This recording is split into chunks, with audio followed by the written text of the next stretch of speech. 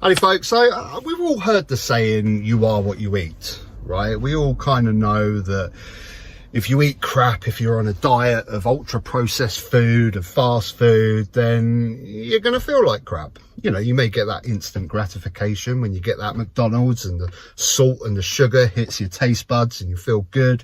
But you know it's very, very quickly followed up with regret, bloatedness, tiredness once the sugar crash hits in. We all generally know this about our gut and the way that we eat, but I don't know whether people know it so much for their brain, the diet that they feed their brain. I think a lot of people are savvy now to the short reel TikTok world that we live in. The kids nowadays seem to have a 10-second attention span where they're just flicking from the next video to the next video, quick. But it's also on here, on YouTube, on the platform that you're watching this video on now. We are being fed a diet, a fast food diet of crap content. 700,000 people watched a video on the 14 biggest sausage brands. 700,000 people. 5.5 million people watched a video of someone eating pink food for 24 hours. What are we doing, folks? What are we doing? Why is 5 million people watching a video about someone eating pink food? It's not because they sat at YouTube and thought, oh, let me search for a video of someone eating pink food, or I really need to know the 14 best sausage brands. No, it's because this stuff is thrown at us. We don't choose what we watch anymore. We don't go onto a site like YouTube and type in, what do we fancy watching? We just watch whatever is thrown at us. Whatever will satisfy us for the next few minutes. Whatever mundane piece of crap they decide to throw at us. And it's mental, that.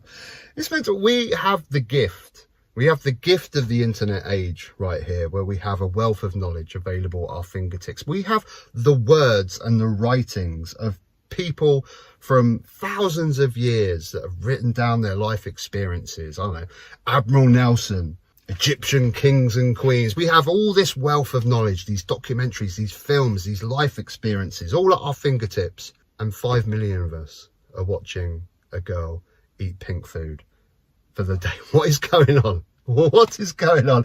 Now, this sort of stuff, you know, most people will see it as harmless. And I guess it is harmless. I mean, apart from the fact that it's just zapping motivation and productivity from our lives, but generally harmless. But where I think it gets dangerous and where I think it gets toxic is when politics comes into it. And we have exactly the same thing when it comes to politics. We are being force-fed a diet of crap, of fast food, non-nutritious crap, because of the model for YouTube. Now, I've been doing politics on YouTube for sort of the last 3 years, so I kind of know how it works and why we're force-fed this crap, this unnutritious fast food of politics, because it's the way that YouTube has been built. You know, any of us could put out some really good long form political content. Let's do an hour-long video discussing how we can improve education in this country. Let's do an hour-long video about how we can improve drug laws in this country. We can put it out there, and yeah, sure, people will watch it, but you won't get the hundreds of thousands of millions of people watching it, because they've been built to absorb content like this that is engrossing. King Charles is going to convert to Islam. 800,000 people watch that video. Is he? Is he going to convert to Islam? No, of course he isn't. 800,000 people watch a 20-minute long video about something that's never going to happen. The shocking truth about smart meters. Is there a shocking truth about smart meters? 500,000 people watch that video. Is that bringing value to our life, that sort of video? Is it nutrition for the brain? Or is it like that McDonald's and that ultra-processed crap that we put in our gut? Is it giving us that short-term little hit of dopamine, but long-term, just making us miserable? And YouTube is full of this stuff. When will the UK become an Islamic state? The revolution is coming. Thousands and thousands of people are watching this stuff. And it's not just the right, it's on the left as well. 500,000 people watched Richard Madeley loses it over slavery. Oh, I must watch Richard Madeley lose it. I have to see him lose it. sociopath businessman tells the truth. Is he a sociopath? Really? And this is what YouTube has been built over. There's 3 key things that are important about a video getting views if you're putting a video out on YouTube. Topic, it's got to be juicy, it's got to be engrossing. I've got to see Richard Madeley lose it. Do you? If you were about to sit at YouTube and search for a video, would you search for a video of Richard Madeley losing it? Or because that was thrown at you, you're like, confrontation, I need to watch the confrontation, it's so juicy, I need to click on it. Topic, engrossing topic is number 1. But second and third is just as important, thumbnail and title, which is why you get these engrossing titles. Such and such destroys such and such.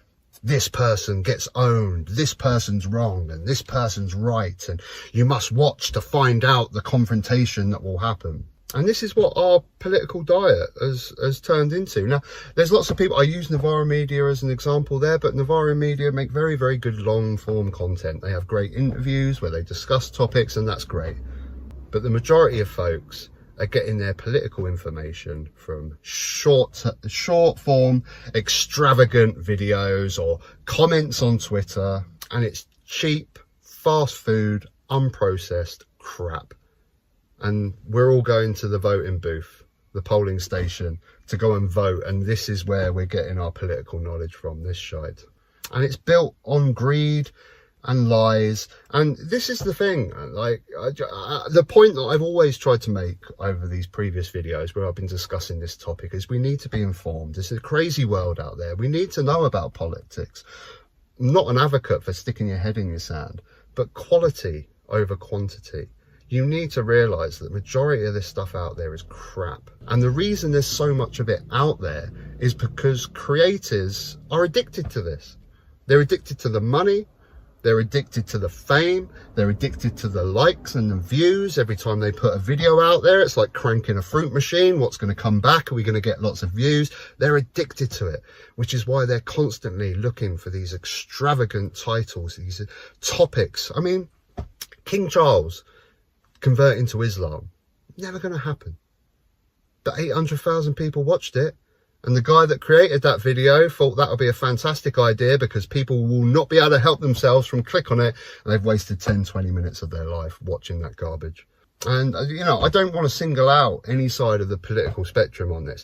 I think the right seem to be obsessed with the conspiracy theories, the shock that Islam's going to take over, Keir Starmer is Stalin in disguise, all these extravagant sort of hard-hitting titles to grab you to come in.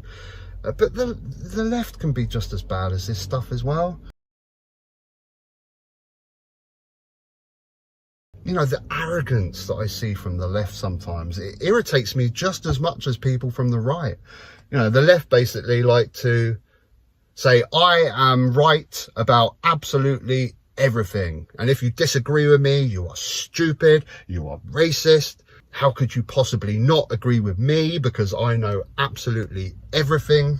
And I'm now going to do a video where I prove you wrong and make you look stupid. Look at this person being made to look stupid because they don't agree with the same things that I agree with. And it's sensationalist rubbish, and it gets people clicking because they want the confrontation. They're like, they want that bias confirmed that yes, I agree with you as well, and that person is wrong, and look how stupid they are because they don't think the same way as me. But there's good stuff out there, and there is good content being made. There is good, well-researched content. There is good long-form content, podcasts, conversations where we take topics and discuss them properly. And that's basically all I'm saying, folks, is just think about what you're consuming, because there is so much shit out there, but also think about the motivation of the people that are putting those sort of videos out there. Are they putting a video out there because they feel like they're bringing you something of importance that is going to bring value to your life? Or are they putting something out there because they want to make a few quid on some views and they want to feed their own addiction, their own vanity and their own fame seeking? Because a large amount of social media, political content out there is exactly that. And go out there. There is a wealth of fantastic stuff out there, folks. Come on. And this is what 14 sausage brands.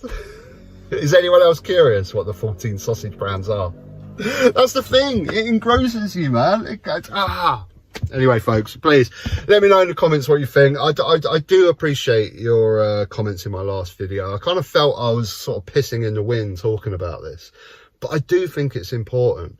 I think we should reduce the amount of political content that we absorb. You shouldn't be obsessed with it day in, day out. You shouldn't be consuming every single video from your favorite creator when it's just Richard Madeley getting annoyed.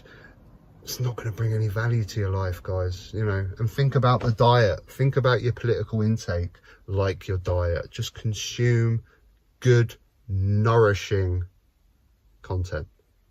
Till next time, take care.